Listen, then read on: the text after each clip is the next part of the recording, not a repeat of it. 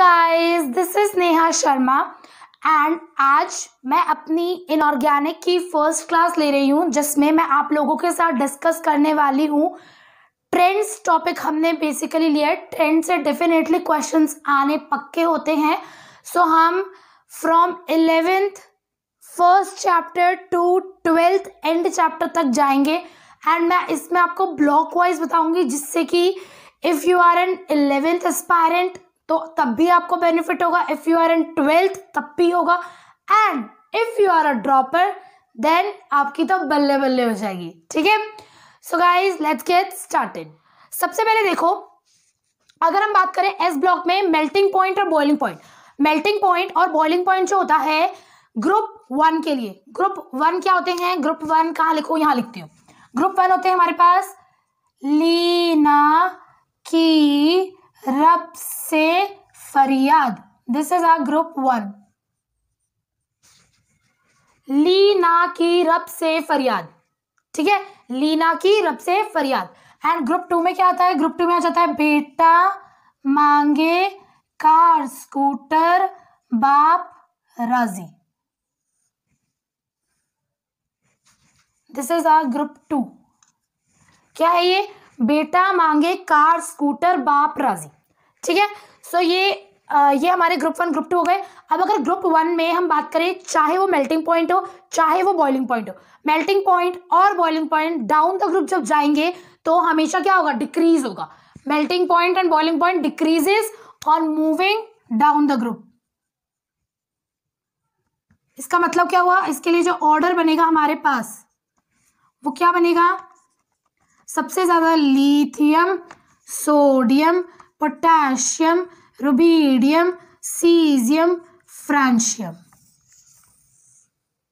ठीक है, तो मेल्टिंग पॉइंट और boiling point down the group जाने पे क्या होता है? डिक्रीज करता है फॉर ग्रुप 1।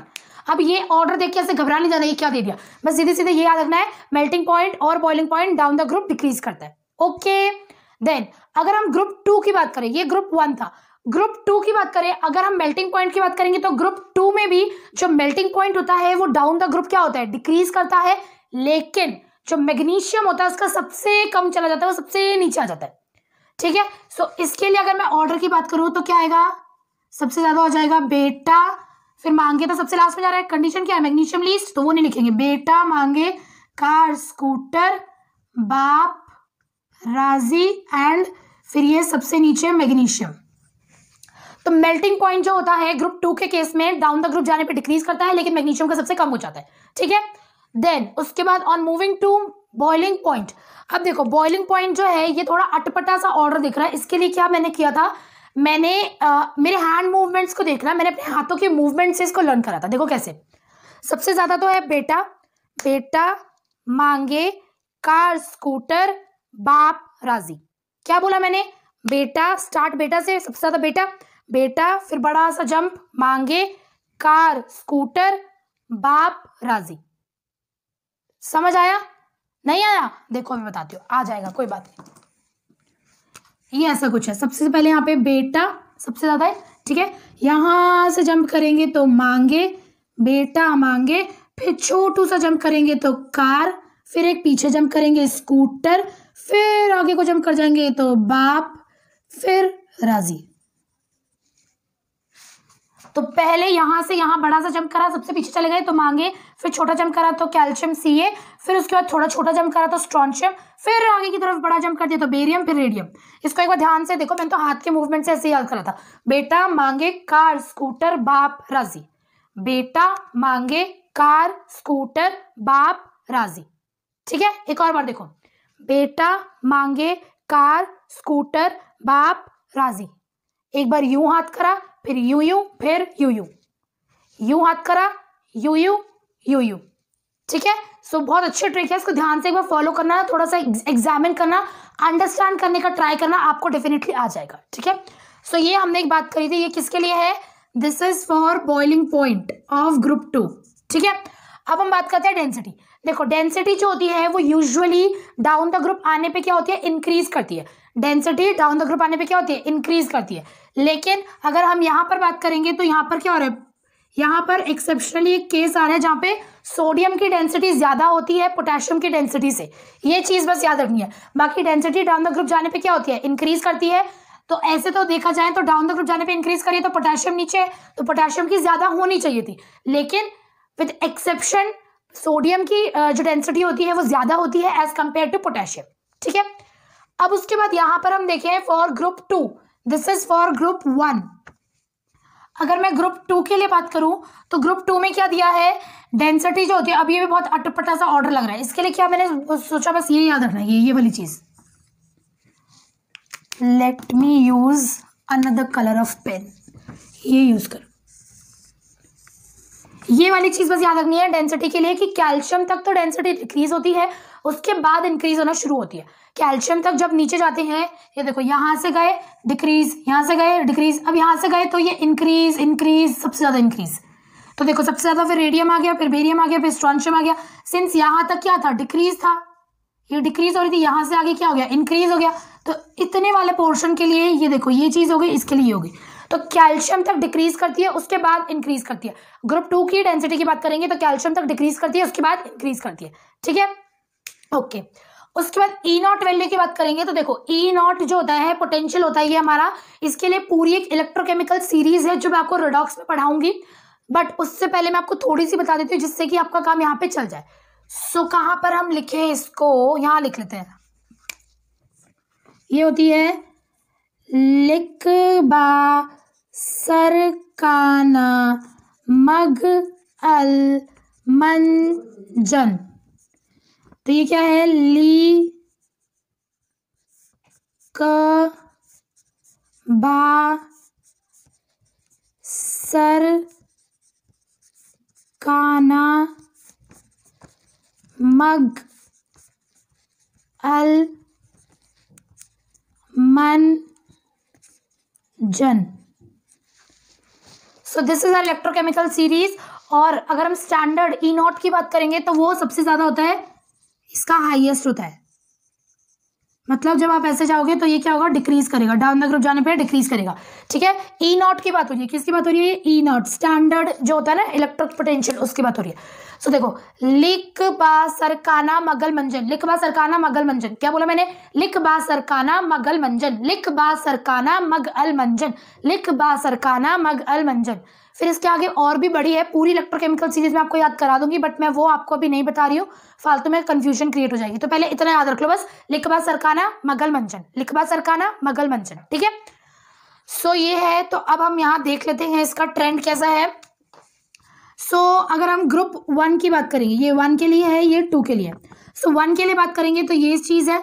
तो देखो लिथियम सबसे ज्यादा है, फिर पोटेशियम और सोडियम में पोटेशियम का ई नॉट ज्यादा है, तो पोटेशियम यहाँ ये है।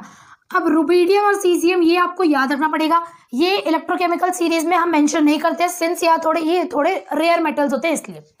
ठीक है, सो रुबीडियम और सीजियम, रुबीडियम सीजियम, रुबीडियम का ज्यादा होता है फिर सीजियम, तो लिथियम फिर रुबीडियम सीजियम फिर पोटेशियम सोडियम, सबसे ज्यादा लिथियम फिर रुबीडियम सीजियम फिर पोटेशियम फिर सोडियम। ठीक है, उसके बाद ये ग्रुप 2 की जब हम बात करेंगे तो देखो यहाँ पे बा सरकाना, तो ये बेरियम सबसे ज्यादा, फिर सरकाना, फिर यहाँ पे मग तक आ गया, फिर बेरियम आपको याद, ये बेरिलियम आपको याद रखना पड़ेगा, बेरिलियम।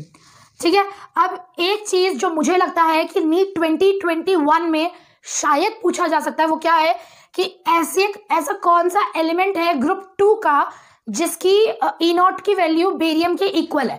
तो बेरियम के इक्वल है रेडियम की, ये याद रखना, ये बहुत से बच्चे नेग्लेक्ट कर जाते हैं। ये मैंने खुद डेटा बनाया था एनसीईआरटी का, जो ये आपको दिख रहा है ना यहाँ पे एनसीईआरटी का ये टेबल, इसमें ये ऊपर देखो यहाँ पे ये वैल्यूज दिखा रहे हैं, तो ये वैल्यूज को देखकर मैंने ये ऑर्डर्स बनाया। आपसे वैल्यूज नहीं पूछेगा कि बताओ इसकी कितनी है इसकी कितनी है, आपसे क्या पूछेगा कि किसकी ज्यादा है किसकी कम है, एक रिलेटिव ऑर्डर पूछेगा। ठीक है, तो हमें रिलेटिव ऑर्डर पढ़ना है, हमें वैल्यूज नहीं रटनी है। ठीक है, सो भाई देखो, तो बस एक याद रखना कि बेरियम और रेडियम की ई नॉट इक्वल होती है, बेरिलियम की सबसे कम हो गई, बाकी इससे तुम्हारा काम चल जाएगा। Then on moving to He for he मतलब बॉयज के लिए यूज करते हैं ही, तो वो वाला ही नहीं है। He मतलब हाइड्रेशन एंथैल्पी। ठीक है, अब हम बात करेंगे हाइड्रेशन एंथैल्पी की। तो हाइड्रेशन एंथैल्पी जो होती है वो चार्ज डेंसिटी के डायरेक्टली प्रोपोर्शनल होती है। यहाँ मैंने लिखा है चार्ज डेंसिटी के डायरेक्टली प्रोपोर्शनल होने का मतलब है directly proportional to charge and inversely proportional to size. अब जैसा कि हमें पता है कि जब डाउन द ग्रुप हम जाते हैं तो साइज बढ़ता है, तो साइज बढ़ेगा तो हाइड्रेशन एंथैल्पी क्या होगी, कम होगी। तो डाउन द ग्रुप जाने पे हाइड्रेशन एंथैल्पी जो होती है वो कम होती है। अब अगर हम बात करें ग्रुप 1 और ग्रुप 2, तो ग्रुप 1 और ग्रुप 2 की अगर हाइड्रेशन एंथैल्पी कंपेयर करनी है, सो अगर हम देखें तो यूजुअली Na+ होता है, मैग्नीशियम Mg2+ होता है। तो मतलब जो ग्रुप 2 होते हैं वो यूजुअली अपना 2+ चार्ज उन पे ज्यादा होता है, तो डायरेक्टली प्रोपोर्शनल टू चार्ज होती है हाइड्रेशन एंथैल्पी। तो इसीलिए जनरली जो ग्रुप 2 होती है उसकी हाइड्रेशन एंथैल्पी ज्यादा होती है एज कंपेयर टू ग्रुप 1। ठीक है, okay. Now moving to ionization enthalpy. So ionisation enthalpy जो होती है वो क्या होती है कि जो आउटर मोस्ट शेल होता है वहां से इलेक्ट्रॉन को जो निकालने के लिए एनर्जी देनी होती है, that is called ionisation enthalpy. फिर से सुनो, एक एटम है, उसके आउटर मोस्ट शेल से इलेक्ट्रॉन को निकालने के लिए जो हमें एनर्जी प्रोवाइड करनी होती है, that is called ionisation enthalpy. So अब तुम खुद सोचो, जिसका साइज बड़ा है तो उसका आउटर मोस्ट शेल जो होगा वो न्यूक्लियस से दूर होगा। अगर न्यूक्लियस से दूर होगा तो उसकी फोर्स ऑफ अट्रैक्शन जो होगी आउटर मोस्ट शेल के इलेक्ट्रॉन्स पे वो कम लगेगी। सो वहां से इलेक्ट्रॉन्स को इजेक्ट करना, एक्सट्रैक्ट करना ईजी होगा। सो इसीलिए अगर साइज बड़ा है तो आयोनाइजेशन एंथैल्पी कम लगेगी। So ionisation enthalpy is inversely proportional to size and inversely proportional to effective force of attraction by nucleus। ठीक है, सो बट अगर हम यहाँ देखें ये चीज, ये एक्सेप्शन केस है कि रेडियम और बेरियम, अगर हम देखें तो रेडियम नीचे आता है, रेडियम की साइज बड़ी होगी बेरियम से, लेकिन जो आयोनाइजेशन एंथैल्पी होती है वो रेडियम की ज्यादा होती है as compared to barium. This is an exception, as you all know inorganic is all about exceptions. ठीक है, तो ये एक्सेप्शन आपको क्या करना है, याद रखना है। अब उसके बाद आ जाते हैं हम हाइड्रोक्साइड पे। तो हाइड्रोक्साइड के लिए मैंने एक चीज याद रखी थी कि हाइड्रोक्साइड का कुछ भी हो, मतलब चाहे वो थर्मल स्टेबिलिटी हो, चाहे वो बेसिसिटी हो, चाहे वो सॉल्युबिलिटी हो, तो ये सारी की सारी चीजें डाउन द ग्रुप जाने पे क्या होती है, इंक्रीज करती है। ठीक है, सो हाइड्रेशन क्या बता दी मैं, हाइड्रोक्साइड। तो हाइड्रोक्साइड के लिए सब कुछ डाउन द ग्रुप जाने पे इंक्रीज करता है, ये याद रखेंगे। तो देखो, thermal stability, basic character, solubility increases down the group for both group 1 and group 2। Group 1 और ग्रुप 2 दोनों के लिए ही ये होता है। उसके बाद हम बात करें स्टेबिलिटी की, तो स्टेबिलिटी जो होती है कार्बोनेट की और बाइकार्बोनेट की वो इंक्रीज कर दिया डाउन द ग्रुप। अगर मैं बोलूं कि बताओ कैल्शियम कार्बोनेट है और मैग्नीशियम कार्बोनेट है, दोनों में से किसकी स्टेबिलिटी ज्यादा है, कौन ज्यादा स्टेबल है? ऑब्वियसली अभी हमने पढ़ा कि कार्बोनेट और बाइकार्बोनेट के केस में डाउन द ग्रुप जाने पे स्टेबिलिटी जो होती है वो बढ़ती है, तो कैल्शियम कार्बोनेट ज्यादा स्टेबल होगा as compared to magnesium carbonate. ठीक है, सो ये चीज याद रखनी है। ठीक है, इसका स्क्रीनशॉट ले लो नाउ, फिर हम अगले पे मूव करेंगे। हो गया। सो अब अगर हम देखें सॉल्युबिलिटी की बात करें, सो देखो सॉल्युबिलिटी की बात करने से पहले यहाँ मैंने सॉल्युबिलिटी के लिख रखी है, उससे पहले I want to discuss these two, hydrated radius और आयनिक कंडक्टेंस, ये दोनों पहले डिस्कस करते हैं, उसके बाद सॉल्युबिलिटी पे जाएंगे। ठीक है, हाइड्रेटेड रेडियस क्या होता है? तो देखो हाइड्रेटेड रेडियस क्या होता है, एक आयन है, जब वो पानी में जाएगा तो उसके चारों तरफ वाटर मॉलिक्यूल्स जो हैं वो उसके चारों तरफ आ जाएंगे। तो जब वाटर मॉलिक्यूल्स उसके चारों तरफ आ जाएंगे तो अब उसका रेडियस जो है, पहले इतना सा था, अब वाटर मॉलिक्यूल्स सराउंड कर गए, मान लो यहाँ तक वाटर मॉलिक्यूल्स है, तो अब रेडियस बढ़ गया यहाँ तक, तो this is called hydrated radius. अब जितने ज्यादा वाटर मॉलिक्यूल्स उसको सराउंड करेंगे उतना ज्यादा उसका हाइड्रेटेड रेडियस हो जाएगा, मतलब पानी के अंदर उसका साइज, उसका रेडियस उतना ज्यादा बढ़ जाएगा। सो वाटर मॉलिक्यूल्स किसके चारों तरफ ज्यादा जाना चाहेंगे? सो जो जितना छोटा होगा उसकी चार्ज डेंसिटी उतनी ज्यादा होगी, उसकी चार्ज डेंसिटी ज्यादा है मतलब वाटर को अट्रैक्ट करने की टेंडेंसी उसके पास ज्यादा होगी। सो एक चीज यहां पर याद रखना इसके लिए,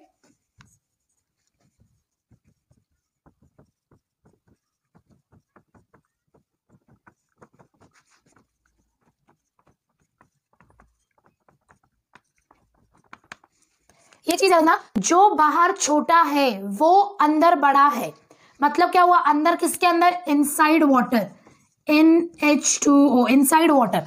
तो जिसका साइज बाहर जितना छोटा होगा, पानी के अंदर वाटर मॉलिक्यूल्स उसके चारों तरफ उतने ज्यादा जाएंगे, तो उसका हाइड्रेटेड रेडियस उतना बड़ा हो जाएगा। Is that clear? तो इसीलिए यहाँ पर लिखा है decreases down the group. Hydrated radius down the group जाने से डिक्रीज होगा, क्योंकि जब हम डाउन द ग्रुप जाते हैं तो जनरली साइज जो है वो बढ़ता है, तो जब साइज बढ़ेगा तो हाइड्रेटेड रेडियस कम हो जाएगा, क्योंकि वाटर मॉलिक्यूल्स उसको कम सराउंड करेंगे, उसकी चार्ज डेंसिटी कम होगी। ठीक है, उसके बाद आयनिक कंडक्टेंस। आयनिक कंडक्टेंस की अगर हम बात करें तो आयनिक कंडक्टेंस क्या होता है? Conductance through ion. आयन के थ्रू जो कंडक्टेंस हो रहा है that is called ionic conductance. हमें पता है इलेक्ट्रिसिटी जब हम पढ़ते हैं तो उसमें जो फ्री इलेक्ट्रॉन्स होते हैं वो इलेक्ट्रिसिटी को कंडक्ट करते हैं। इन दैट सिमिलर वे अगर हम आयंस की बात करेंगे, आयंस जितने ज्यादा फ्री होंगे टू कंडक्ट इलेक्ट्रिसिटी उतनी ज्यादा उसकी कंडक्टेंस होगी। ठीक है, तो आयंस फ्री कब होंगे? जब उनके चारों तरफ हिंड्रेंस कम होगी, उनके चारों तरफ लोग उनको कम सराउंड करेंगे, तो वो इजीली जा पाएंगे, है कि नहीं? तो जिसका हाइड्रेटेड रेडियस, ध्यान से सुनना, जिसका हाइड्रेटेड रेडियस कम है उसकी आयनिक कंडक्टेंस ज्यादा है। नहीं समझ आया? देखो शुरू से बात करते हैं। हाइड्रेटेड रेडियस कम है। हाइड्रेटेड रेडियस कम होने का मतलब है कि उसके चारों तरफ जो वाटर मॉलिक्यूल्स हैं वो कम है।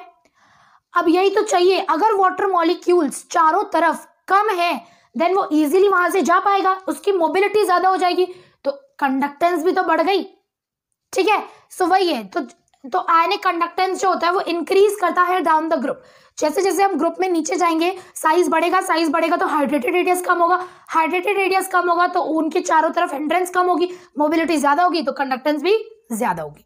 ठीक है, उसके बाद हम अब आते हैं सॉल्युबिलिटी पे। तो देखो सॉल्युबिलिटी जनरली होता क्या है कि सॉल्युबिलिटी डिपेंड करती है हाइड्रेशन एंथैल्पी पे। अगर आपकी हाइड्रेशन एंथैल्पी ज्यादा है तो वो लैटिस एंथैल्पी को ओवरकम कर देगी और सॉल्युबिलिटी को बढ़ा देगी। तो सॉल्युबिलिटी का क्राइटेरिया ही यही होता है कि जो हाइड्रेशन एंथैल्पी है वो लैटिस एंथैल्पी से ज्यादा होनी चाहिए। अगर हाइड्रेशन एंथैल्पी कम है तो उसकी लैटिस ही ब्रेक नहीं हो पाएगी, लैटिस ही ब्रेक नहीं होगी तो फिर वो डिसॉल्व ही नहीं होगा। सो अब हाइड्रेशन एंथैल्पी की बात हो रही है, तो हाइड्रेशन एंथैल्पी जिसकी ज्यादा होगी उसकी सॉल्युबिलिटी भी ज्यादा होगी। अभी हमने पढ़ा था कुछ देर पहले कि हाइड्रेशन एंथैल्पी किसकी ज्यादा होती है, तो हाइड्रेशन एंथैल्पी उसकी ज्यादा होती है जिसकी चार्ज डेंसिटी ज्यादा होती है ना। तो मतलब जिसकी चार्ज डेंसिटी ज्यादा होगी उसकी हाइड्रेशन एंथैल्पी ज्यादा होगी, और अगर हाइड्रेशन एंथैल्पी ज्यादा है तो सॉल्युबिलिटी भी ज्यादा होगी। तो डाउन द ग्रुप जाने पे हाइड्रेशन एंथैल्पी डिक्रीज करती है, तो सॉल्युबिलिटी जो होगी सल्फेट की हो तो वो डाउन द ग्रुप डिक्रीज करेगी। लेकिन again inorganic is all about exceptions. Group 2 ये यहाँ पर सेटिस्फाई कर गया हमारा पॉइंट, यहाँ भी सेटिस्फाई कर गया। सॉल्युबिलिटी ऑफ कार्बोनेट ग्रुप 2 के केस में डाउन द ग्रुप डिक्रीज करती है, but this is the exception case. Group 1 के केस में जब हम डाउन द ग्रुप जाते हैं तो हमारी जो कार्बोनेट की सॉल्युबिलिटी होती है वो इंक्रीज करती है। ठीक है, ये एक्सेप्शन केस है, ये आपको ध्यान रखना है सीधे सीधे ऐसे ही। ओके, अब मैंने ये कुछ एडिशनल पॉइंट है दो,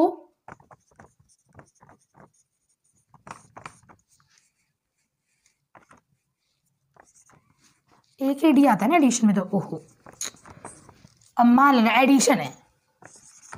तो एडिशनल पॉइंट में क्या बोल रहे हैं कि सॉल्युबिलिटी अगर हम बात करें ग्रुप 2 में, तो अगर हमारे पास X मतलब क्लोरीन, ब्रोमीन और आयोडीन के लिए वो चीज सेटिस्फाई करती है कि सॉल्युबिलिटी जो होगी इन केसेस में वो डाउन द ग्रुप क्या होगी, डिक्रीज होगी। ठीक है, यहाँ हमने सल्फेट में भी ये देखा था, हमने ग्रुप 2 के कार्बोनेट की सॉल्युबिलिटी में भी यही देखा था, और यहाँ पे भी वही चीज है। तो भाई हाँ सेटिस्फाई तो कर रहा है, लेकिन this is the exception case.